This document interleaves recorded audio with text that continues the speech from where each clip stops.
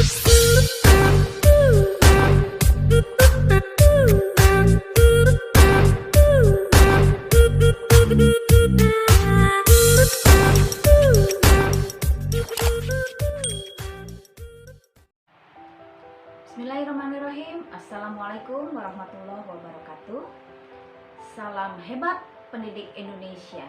Jumpa lagi dengan saya Ika Berdiati, Widya Iswara, PDK Jakarta. Lembaga pelatihan yang selalu mengedepankan mutu. No korupsi, no gratifikasi, and no suap. Kali ini kita akan belajar bagaimana kita sebagai seorang guru melakukan pemetaan dari mulai SKL, standar kompetensi lulusan, kompetensi inti, lalu dikembangkan di dalam KD, kemudian dikembangkan lagi menjadi indikator. Nah, Bapak dan Ibu, kenapa kita sebagai seorang guru melakukan hal tersebut? Karena memang setiap guru membelajarkan siswa berdasarkan tujuan pembelajaran atau berorientasi kepada tujuan pembelajaran. Nah, tujuan pembelajaran itu ada di SKL, KI, KD, dan indikator. Nah, untuk melakukan pembelajaran, Bapak Ibu harus mengenal SKL. SKL sudah ditentukan oleh pemerintah melalui Permendikbud nomor 20 tahun 2016. SKL terdiri dari ranah sikap, ranah pengetahuan, dan ranah keterampilan. Nah, SKL yang 3 ranah ini kemudian dijabarkan bagaimana pencapaiannya di masing-masing satuan pendidikan.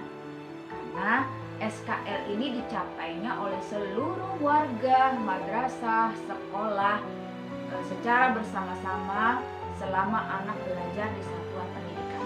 Kalau di MA berarti 3 tahun, di MTS 3 tahun, kalau di MI atau SD berarti 6 tahun capaiannya.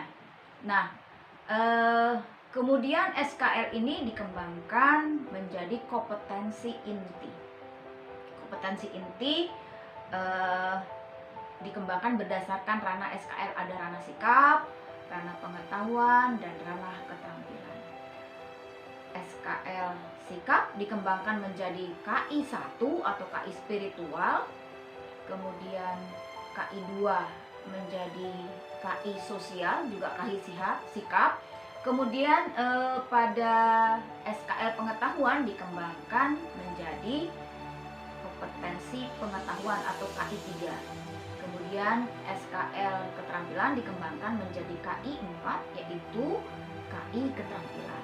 Kalau dinyanyikan begini nih, KI 1 spiritual, KI 2 sosial, KI 3 pengetahuan, KI 4 keterampilan, KI 1 ditanamkan, KI 2 dibiasakan, KI 3 dibelajarkan, KI 4 diterampilkan. Ya, jadi KI 1 itu belum ada karakteristik mata pelajaran. Jadi sifatnya umum ya. Kalau di MA berarti KI itu dicapainya per tahun ya. Ada KI kelas 10, kelas 11, dan kelas 12. Begitu juga di MTS ada kelas 7, kelas 8, dan kelas 9. Lalu KI-KI ini dikembangkan menjadi KD-KD ya. KD ini jumlahnya sesuai dengan karakteristik mata pelajaran. Jadi KD ini sudah ada karakteristik mata pelajaran. Misalnya KD pada mata pelajaran IPA, KD bahasa Indonesia, KD pada mapel bahasa Inggris misalnya. Nah, KD ini sifatnya masih belum operasional. Maka untuk mengoperasionalkan kita butuh indikator sebagai penentu dalam pencapaian tujuan. Jadi kalau KD kita kembangkan per tahun ya, misalnya gini, dalam bahasa Indonesia ada 18 KD, kemudian semester 1 berapa KD yang harus diselesaikan, semester 2 berapa KD yang harus diselesaikan. Kemudian kita kembangkan di dalam indikator. Satu KD misalnya terdiri dari KD KI 3, KD KI 4, kemudian kita kembangkan menjadi indikator-indikator. Nah, indikator ini dicapainya pada saat Bapak Ibu melakukan proses pembelajaran. Jadi di dalam pembelajaran itu misalnya Bapak Ibu mencapai 3 indikator pengetahuan. Lalu misalnya ada KD yang memang hanya satu indikator, misalnya satu indikator keterampilan. Nah, jadi Bapak dan Ibu, perlunya kita mengembangkan SKL, KI, KD, indikator agar kita dapat melakukan pembelajaran secara efektif, agar seorang guru mampu melakukan pembelajaran sesuai dengan tujuan pembelajaran yang sudah dicanangkan.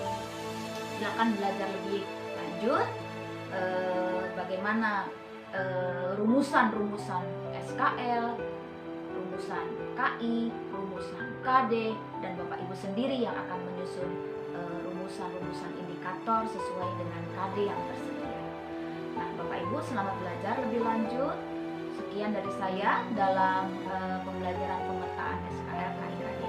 Selamat belajar. Assalamualaikum warahmatullahi wabarakatuh.